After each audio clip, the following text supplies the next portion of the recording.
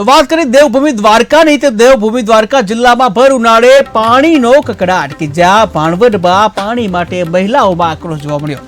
ત્યારે ward number 5 અને 7 દિવસથી જે વોર્ડ નંબર 5 છે ત્યાં 7 દિવસથી જે પાણી નથી મળતું અને જેને લઈને રોષ જોવા મળી રહ્યો છે લોકોમાં। ત્યારે મોટી સંખ્યામાં મહિલાઓએ કચેરીનો ઘેરાવો કર્યો। ત્યારે પાલિકાએ જે પાલિકા કચેરી છે ત્યાં ધસી જઈ ચીફ ઓફિસરને પણ ઘેરાવો કર્યો છે। ત્યારે પાણી આપવાની માંગ સાથે કચેરીમાં હંગામો મચાવ્યો।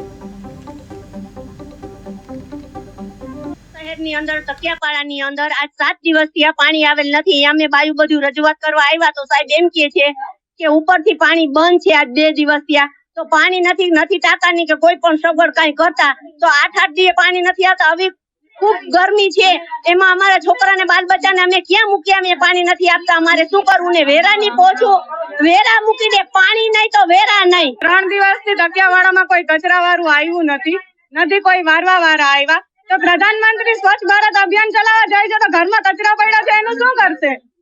અમને જલ્દી ને જલ્દી કચરાની વ્યવસ્થા કરી દે અને પાણીની વ્યવસ્થા કરી દે। ભાણવડ શહેરની અંદર તકિયાપાડાની અંદર આજ 7 દિવસથી આ પાણી આવેલ નથી। અમે બાયુ બધું રજૂઆત કરવા આવ્યા તો સાહેબ એમ કહે છે કે ઉપરથી પાણી બંધ છે આજ 2 દિવસથી તો પાણી નથી ટાંકાની કે કોઈ પણ સગવડ કાંઈ કરતા તો 8 દિવસ પાણી નથી આવતા। હવે ખૂબ ગરમી છે, એમાં અમારા છોકરાને બાલ બચ્ચાને અમે ક્યાં મૂક્યા? અમે પાણી નથી આપતા, અમારે શું કરવું? ને વેરાની પહોંચવું, વેરા મૂકી દે, પાણી નહીં તો વેરા નહીં। 3 દિવસથી તકિયાવાડામાં કોઈ કચરા વાળું આવ્યું નથી કોઈ વારવા વાળા આવ્યા। તો પ્રધાનમંત્રી સ્વચ્છ ભારત અભિયાન ચલાવવા જાય છે તો ઘરમાં કચરા પડ્યા છે એનું શું કરશે? અમને જલ્દી ને જલ્દી કચરાની